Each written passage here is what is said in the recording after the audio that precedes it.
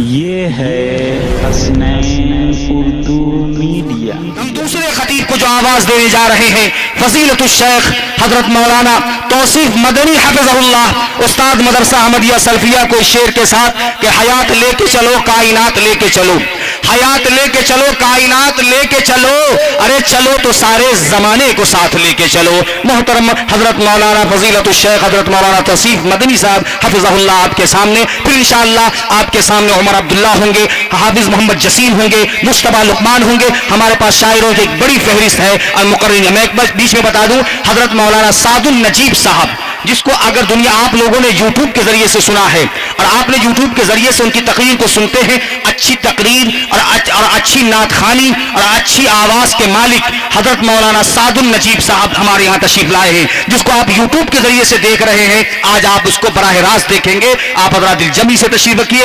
آپ کے درمیان آپ کا خطیب حضرت مولانا توصیف مدنی حفظہ اللہ۔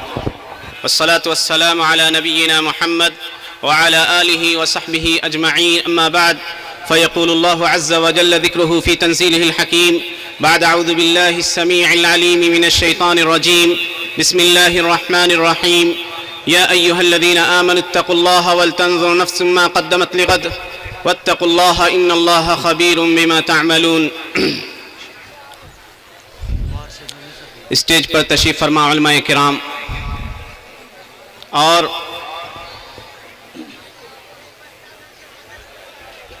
رجورہ کے محترم سامعین و سامعات، الحمدللہ یہ میرے لیے شرف کی بات ہے کہ آپ کے سامنے قرآن و حدیث کی روشنی میں کچھ باتیں رکھ سکوں۔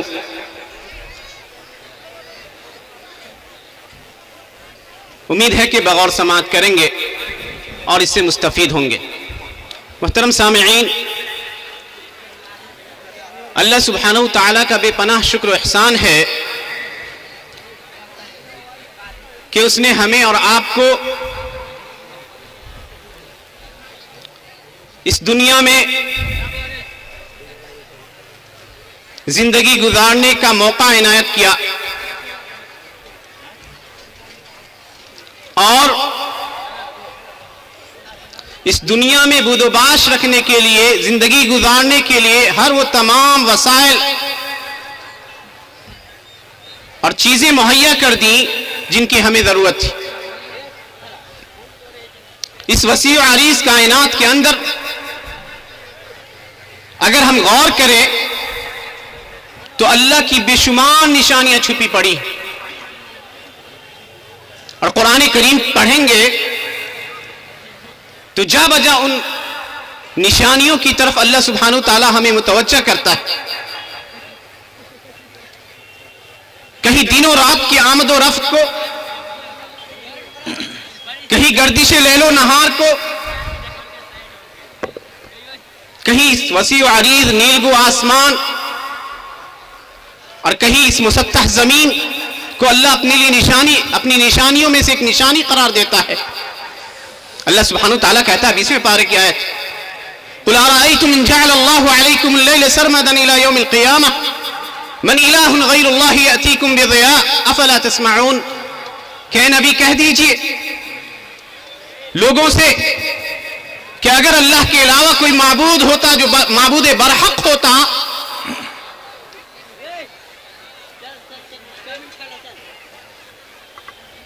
کہہ دیجئے کہ اگر اللہ رات ہی رات بناتا تو کون ہے اللہ کے علاوہ معبود برحق جو تمہارے لیے روشنی کو لے کر آتا؟ کیا تم سنتے نہیں؟ قُلْ أَرَأَيْتُمْ إِنْ جَعَلَ اللَّهُ عَلَيْكُمُ النَّهَارَ سَرْمَدًا إِلَى يَوْمِ الْقِيَامَةِ مَنْ إِلَٰهٌ غَيْرُ اللَّهِ يَأْتِيكُمْ بِلَيْلٍ تَسْكُنُونَ فِيهِ أَفَلَا تُبْصِرُونَ۔ کہہ دیجئے کہ اگر اللہ دن ہی بناتا، رات نام کی کوئی شے نہ ہوتی، تو کون ہے اللہ کے علاوہ معبود برحق جو تمہارے لیے رات کو لے کر آتا، جس کے اندر تم آرام کرتے ہو؟ کیا تمہارے اندر بصیرت نہیں ہے؟ وَمِن رَحْمَتِهِ جَعَلَ لَكُمُ اللَّيْلَ وَالنَّهَارَ لِتَسْكُنُوا فِيهِ وَلِتَبْتَغُوا مِن فَضْلِهِ وَلَعَلَّكُمْ تَشْكُرُونَ۔ اللہ کی عظیم الشان رحمتوں میں سے ایک رحمت یہ ہے کہ اس نے دن بھی بنائے تاکہ تم اپنی معاش روزی حاصل کر سکو، اور رات بھی بنائی اس نے تاکہ تم اس کے اندر آرام کر سکو اور اللہ کی نعمتوں پر شکر گزار بندے بن سکو۔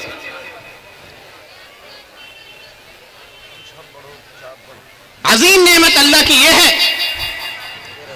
کہ اس کائنات کو ہمارے لیے مناسب بنایا زندگی گزارنے کے لیے۔ کہا وَلَكُمْ فِي الْأَرْضِ مُسْتَقَرٌّ وَمَتَاعٌ إِلَىٰ حِينٍ، اس زمین کو ہم نے تمہارے لیے باعث قرار بنایا ہے۔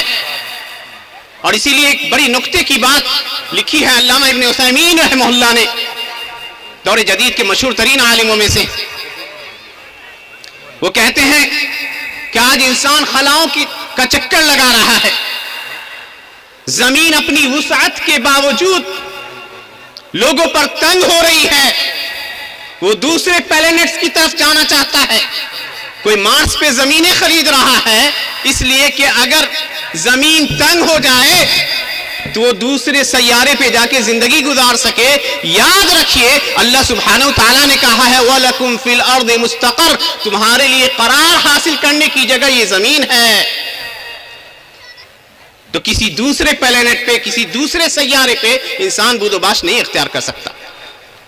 کہیں آکسیجن کی کمی ہے، کہیں پانی نہیں ہے، اور اس زمین پہ دیکھ لیجئے کہ اللہ کی نعمتوں کی بہتات ہے۔ سانس لینے کے لیے صاف و شفاف ہوائیں میسر ہے، پینے کے لیے ٹھنڈا پانی میسر ہے، اور کھانے پینے کے انواع و اقسام کو اللہ نے آپ کے لیے اگا دیا ہے۔ اللہ کی کن کن نعمتوں کو انسان جھٹلائے گا؟ اللہ سبحانہ وتعالیٰ اپنی نعمتوں کا احساس دلاتے ہوئے 20 پارے کے پہلے صفحے میں ابتدائی آیات سے کہتا ہے امن خلق السماوات والارض وانزل لكم من السماء ماء فانبتنا به حدائق ذات بهجة ما كان لكم ان تنبتوا شجرها أإله مع الله بل هم قوم يعدلون۔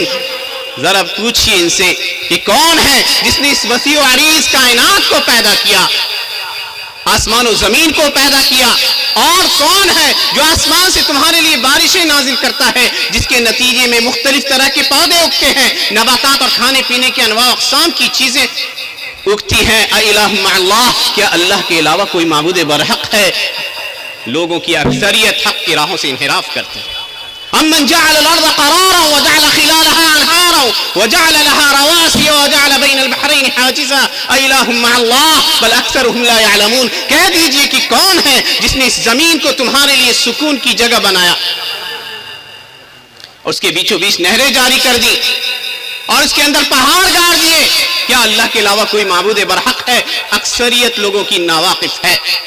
کون ہے؟ اَمَّن يُجِيبُ الْمُضْطَرَّ إِذَا دَعَاهُ وَيَكْشِفُ السُّوءَ وَيَجْعَلُكُمْ خُلَفَاءَ الْأَرْضِ أَإِلَٰهٌ مَّعَ اللَّهِ قَلِيلًا مَّا تَذَكَّرُونَ۔ کہہ دیجئے کہ کون ہے جو پریشان حال شخص کی پریشانی میں مانگی گئی دعاؤں کو قبول کرتا ہے اور اس کی پریشانی کو دور کرتا ہے، تمہیں زمین میں اپنا خلیفہ اور جانشین بناتا ہے؟ کیا اللہ کے علاوہ کوئی معبود برحق ہے؟ بہت کم لوگ نصیحت حاصل کرتے ہیں۔ اَمَّن يَهْدِيكُمْ فِي ظُلُمَاتِ الْبَرِّ وَالْبَحْرِ وَمَن يُرْسِلُ الرِّيَاحَ بُشْرًا بَيْنَ يَدَيْ رَحْمَتِهِ أَإِلَٰهٌ مَّعَ اللَّهِ تعالی اللہ عما یشرکون۔ کہ کہہ دیجئے کہ کون ہے جو تمہاری رہنمائی کرتا ہے زمین خشکی اور سمندر کی تاریکیوں میں؟ کیا اللہ کے علاوہ کوئی معبود برحق ہے؟ اللہ سبحانہ وتعالیٰ لوگوں کی شرکیات سے بلند ہے۔ اللہ کی نعمتوں کو دیکھیے، کتنی ساری نعمتیں اللہ نے ہم پر کی ہے بحیثیت انسان۔ اللہ احساس دلاتے ہوئے کہتا ہے 30 پارے کی سورہ انفطار کے اندر یا ایھا الانسان ما غرک بربک الکریم الذی خلقک فسواک فعدلک فی ای صورۃ ما شاء رکبک۔ یا انسان، کس چیز نے تمہیں رب کریم سے دھوکے میں ڈال رکھا ہے؟ جس نے تمہیں پیدا کیا، فسواک، ایک بہترین سانچے میں ڈالا اور تیرے ساتھ انصاف کیا، فی ای صورت ما شاء رکبک، جس سانچے میں چاہا تجھے ڈھال دیا۔ دنیا کے اندر ہزاروں لاکھوں کروڑوں انسان رہتے ہیں اور سب کو اللہ نے ایک مختلف شکل سے نوازا، اور ہر اعضا کو، انسان کی جتنے آرگنز اور اعضا بنا ہے سب کو اپنی جگہ مناسب جگہ پہ رکھ دیا۔ ذرا غور کیجئے، یہ آنکھوں کی یہ ترتیب اگر آرڈر میں نہ ہو، پیچھے کی طرف ہو، تو انسان کتنا خوفناک دکھے گا۔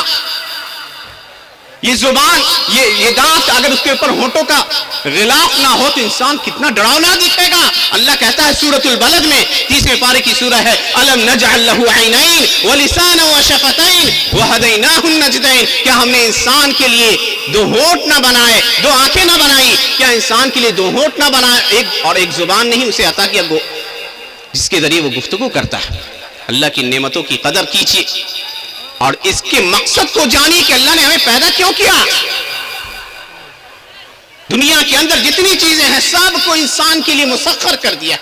وَسَخَّرَ لَكُمْ مَا فِي السَّمَاوَاتِ وَمَا فِي الْأَرْضِ جَمِيعًا مِّنْهُ، اس کائنات کی ہر چیز کو تمہارے تابع کر دیا ہے۔ انسان سمندر کی گہرائیوں میں اتر کر موتیاں، قیمتی موتیاں نکالتا ہے اور جنگلوں کی خوفناک درندوں کو اپنے قابو میں کر لیتا ہے۔ گویا اس کائنات کے اندر، اس زمین کے اندر کوئی چیز ایسی نہیں بچی جو انسانی دسترس سے باہر نظر آتی۔ یہ ساری نعمتیں اللہ نے کیوں کی؟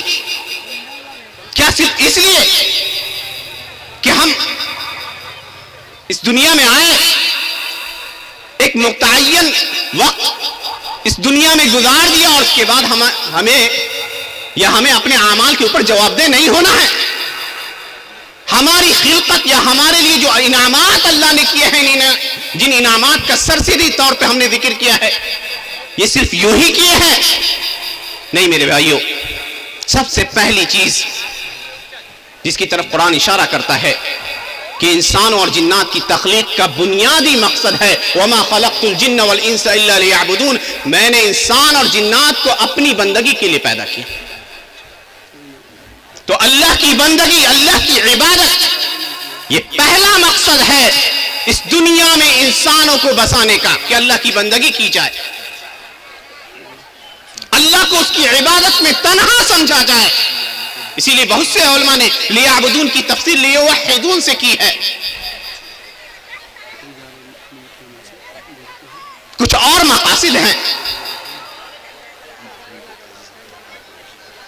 زمین کے اندر اصلاح کا کام ہو، فساد اور بگاڑ نہ ہو، یہ شریعت کے مقاصد میں سے ایک مقصد ہے انسانوں کے یہاں بسانے میں۔ ایک اچھا معاشرہ وجود میں آئے، یہ ایک مقصد ہے شریعت کے مقاصد میں۔ لیکن میرے بھائیوں، ہم میں سے اکثریت کا حال یہ ہے کہ وہ اس دنیا میں اگر اس سے پوچھئے ذرا کہ آپ کی زندگی کا مقصد کیا، فیوچر پلان کیا ہے، تو وہ ہر اس پلان کی تفصیل آپ کو بتا دے گا جس کا تعلق اس کی دنیا سے ہے۔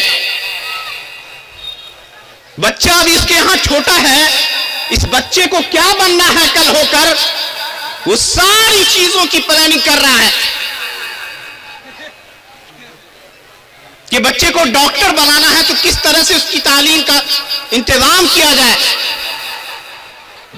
اور اپنے مقصد حقیقی سے وہ غافل ہو جاتا ہے، سمجھتا ہے کہ بیکار ہم اس دنیا میں آئے ہیں، بس ہماری زندگی کا مقصد کھانا پینا اور گزر جانا ہے۔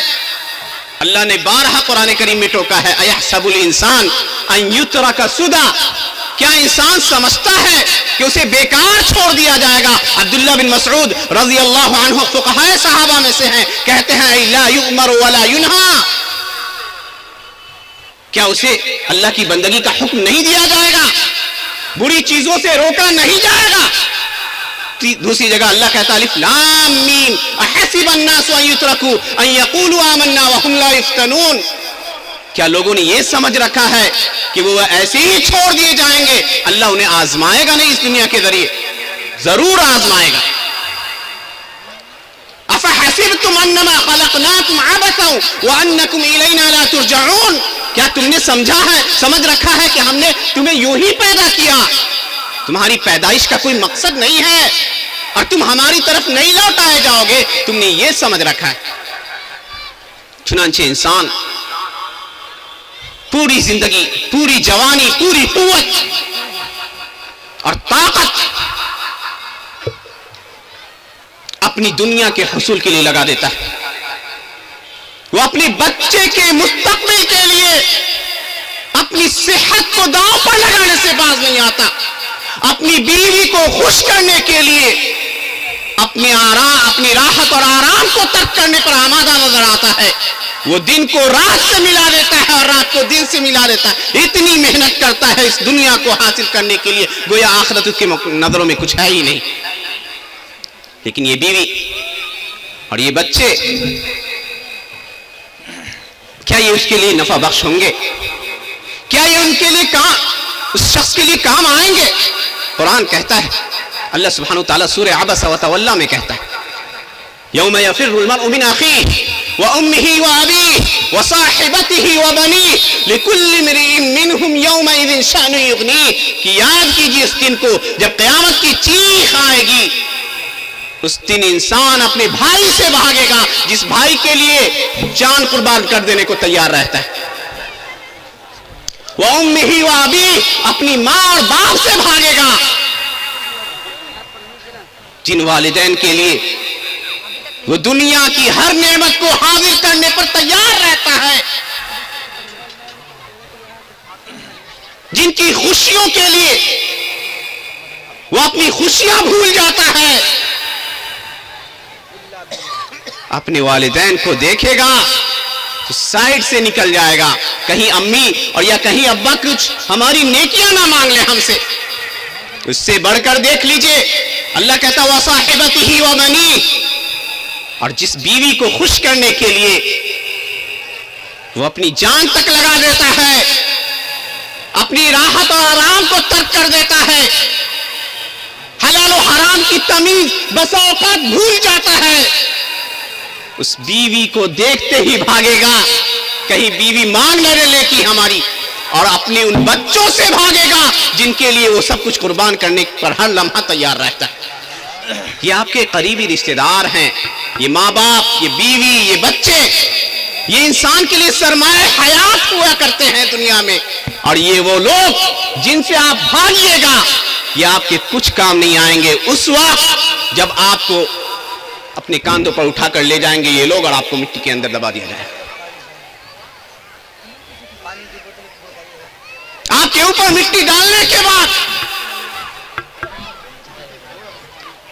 ہو سکتا ہے غم تو ہو، وقتی غم ہوگا، لوٹ آئیں گے سب، اور جو مال آپ نے چھوڑا ہے اس مال کو بانٹ لیا جائے گا، اور آپ کی حالت یہ ہے کہ آپ ان کے جوتے کی کھڑاون کی آواز کو سن رہے ہوں گے جب وہ لوٹ رہے ہوں گے آپ کو دفنا کر۔ اللہ کے نبی صلی اللہ علیہ وسلم فرماتے ہیں، انس بن مالک رضی اللہ تعالیٰ عنہ سے یہ روایت صحیح بخاری اور مسلم کے اندر موجود ہے، اللہ کے نبی فرماتے ہیں اذا اقبر المیت او اذا قبر المیت، جب میت کو قبر کے اندر رکھ دیا جاتا ہے،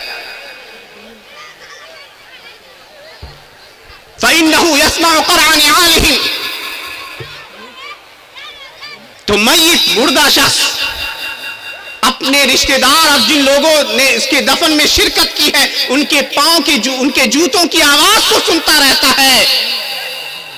اتاہ ملکان، دو فرشتے اس کے پاس آتے ہیں، اور فرشتے کیسے؟ جن کو منکر اور نکیر کہا جاتا ہے، اور جو عربی زبان کے ماہر لوگ ہیں وہ جانتے ہیں کہ منکر یا نکیر عربی زبان میں اجنبیت کے لیے، خوفناکی کے لیے استعمال کیا جاتا ہے۔ اسی لیے سورہ ذاریات کے اندر حضرت ابراہیم کا ایک قصہ اللہ نے نقل کیا ہے، اللہ کہتا ہے وَهَلْ أَتَاكَ حَدِيثُ ضَيْفِ إِبْرَاهِيمَ الْمُكْرَمُونَ إِذْ دَخَلُوا عَلَيْهِ فَقَالُوا سَلَامًا قَالَ سَلَامٌ قَوْمٌ مُنْكَرُونَ، قوم منکرون، اجنبی لوگ ہو تم لوگ۔ تو کہا دو فرشتے آئیں گے جن میں سے ایک کو منکر اور دوسرے کو نکیر کہا جائے گا، ان کی کچھ صفات آئی ہیں بعض احادیث کے اندر جن کو بعض علماء نے حسن قرار دیا ہے، چنانچہ طبرانی کے اندر یہ صفت آئی ہے کہ وہ انتہائی سیاہ فرشتے ہوں گے، کالے کلوٹے ازرقان، جن کی آنکھیں انتہائی خوفناک ہوں گی، اور ترمذی میں اضافہ ہے اور بیہقی نے اضافہ کیا ہے اس روایت کو کہ آئیں گے تو ان کی آواز کا حق البرق الخاطف، گرجتے ہوئے بادل کی طرح چیختے ہوئے آئیں گے، اور ان کی آنکھیں تانبے کی طرح چمک رہی ہوں گی، مارے دہشت کے انسان دیکھ کے ڈر جائے گا۔ آئیں گے اسے بیٹھائیں گے فیقعدانہ، اور 3 سوال اس سے پوچھیں گے، اور وہ 3 سوال آپ کی زندگی کا جواب ہوگا۔ میرے بھائیوں، ہم میں سے کون کتنی تیاری کرتا ہے وہ اپنے آپ کے بارے میں بخوبی واقف ہے۔ اللہ کہتا ہے بل الانسان علی نفسہ بصیرہ وَلَوْ أَلْقَى مَعَاذِيرَهُ. انسان اپنے آپ کے بارے میں خوب جانتا ہے اگرچہ وہ عذر پیش کرتا پھرے، یہ پریشانی ہے، یہ مصیبت ہے، یہ مشغولیت ہے، یہ مصروفیت ہے، نماز کو نہیں آتے ہیں، روزہ نہیں رکھتے ہیں، 10 طرح کی معذرتیں وہ پیش کرے گا. لیکن اللہ کہتا ہے انسان جانتا ہے اپنے آپ کے بارے میں بخوبی واقف ہے وہ. چنانچہ وہ دونوں اس کو بیٹھائیں گے اور پہلا سوال کیا جائے گا. کہا من ربک، تمہارا رب کون ہے؟ تمہارا رب کون ہے؟ جو بندہ مومن ہوگا، جس نے اپنے رب کی نعمتوں کو پہچانا ہوگا، جن نعمتوں کا سرسری بیان آپ کے سامنے آیا، ان نعمتوں کی شکر گزاری کی ہوگی، تو آسانی سے کہے گا ربی اللہ، میرا رب اللہ ہے. ہر روز بندہ گواہی دیتا ہے کہ میرا رب اللہ ہے. الحمدللہ رب العالمین. آپ کہتے ہیں ساری تعریف اس اللہ کے لیے ہے جو تمام جہانوں کا رب ہے. جب رب کہتے ہیں تو جاننا چاہیے کہ رب کسے کہا جاتا ہے. رب کا اطلاق 4 معنوں پہ ہوتا ہے. رب کہا جاتا ہے جو پیدا کرنے والا ہے، الخالق، جو مالک ہے، جو رازق ہے، اور جو مدبر ہے، اپنے بندے کے ہر کام کی تدبیر کرتا ہے. رب کا یہ مطلب ہوتا ہے کہ پیدا کرنے والا ایک ہے، ہر چیز کا مالک ایک ہے، روزی دینے والا ایک ہے، اور بندے کے کاموں کی تدبیر اور اس کے کاموں کو اچھے سے چلانے والا ایک ہے. تو یہاں پہ پھر ایک سوال اٹھتا ہے کہ جب رب ایک ہے تو اولاد کے لیے رب کے دربار کو چھوڑ کر کسی اور کے دربار پر نہ جایا جائے. اولاد کی طلب ہو تو اللہ کے سامنے طلب رکھی جائے، کیونکہ اللہ ہی اولاد دینے والا ہے. اللہ کہتا ہے 25 پارے کی آیت ہے للہ ملک السماوات والارض یخلق ما یشاء یہب لمن یشاء اناثا ویہب لمن یشاء الذکور او یزوجہم ذکرانا واناثا ویجعل من یشاء عقیما انہ علیم قدیر. کہ اللہ ہی کے لیے آسمان و زمین کی بادشاہت ہے. جس کو چاہتا ہے بیٹیوں سے نوازتا ہے، جس کو چاہتا ہے بیٹوں سے نوازتا ہے، اور جس کو چاہتا ہے بیٹے بیٹیاں دونوں دیتا ہے، اور جس کو چاہتا ہے بانٹ کر دیتا ہے. یقیناً وہ جاننے والا ہے کہ کس کو کتنا نوازنا ہے، قدیر ہے، ہر چیز کے اوپر قادر ہے. تو اولاد کی طلب ہو تو کسی مزار کے چکر نہ لگایا جائے، کسی اللہ کے ولی کی قبر کی طرف نہ جایا جائے، کیونکہ اولاد دینے والا اللہ ہے. زکریا علیہ السلام 120 سال کے ہو چکے تھے، بوڑھے آدمی، نبی تھے. خوف تھا کہ اب چل چلاؤ کا وقت آ گیا ہے، کہیں ایسا نہ ہو کہ میں گزر جاؤں، میرا کوئی وارث نہ ہو. اللہ سے دعا کرتے ہیں. کیا خوبصورت منظر کشی کی ہے قرآن کریم نے. سورہ مریم کی ابتدائی آیات کو پڑھ جائیے. اللہ کہتا ہے کاف ہا یا عین صاد ذکر رحمت ربک عبدہ زکریا. اپنے رب کی رحمت سے اس کے بندے زکریا کا ذکر کیجیے. اذ نادى ربہ نداء خفیا. جب اپنے رب کو چپکے چپکے پکارا. کیا پکارا؟ رب انی وہن العظم منی واشتعل الرأس شیبا ولم اکن بدعائک رب شقیا. کہ رب میری ہڈیاں کمزور ہو چکی ہے، میرے بال سفید ہو چکے ہیں، لیکن بات تو یہ ہے رب کہ تجھے پکار کر میں کبھی نامراد نہیں رہا. وَإِنِّي خِفْتُ الْمَوَالِيَ مِنْ وَرَائِي وَكَانَتِ امْرَأَتِي عَاقِرًا فَهَبْ لِي مِنْ لَدُنْكَ وَلِيًّا. مجھے خوف ہے کہ میرے جانشین جو میرے رشتہ دار ہوں گے وہ اس دعوت کو ضائع کر دیں. میری بیوی بانجھ ہے تو اپنی جانب سے ایک ولی عطا فرما. اور کیسا ہو اللہ سبحانہ و تعالیٰ، دیکھی کہ اللہ کے پر اعتماد کیسا تھا.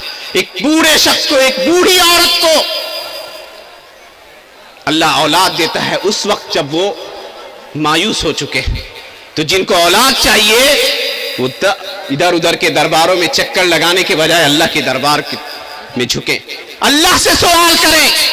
اور یقیناً اللہ جو زکریا علیہ السلام اور حضرت ابراہیم خلیل اللہ علیہ السلام کو حضرت اسحاق دے سکتا ہے، جن کی اہلیہ نے تعجب کیا تھا، سورہ ہود میں بیان موجود ہے. جب فرشتوں نے بشارت دی تھی حضرت سارہ کو کہ اے سارہ اللہ تجھے بشارت دیتا ہے ایک بیٹے کی، تو کہنے لگی عجوز عقیم، میں تو بوڑھی عورت ہوں.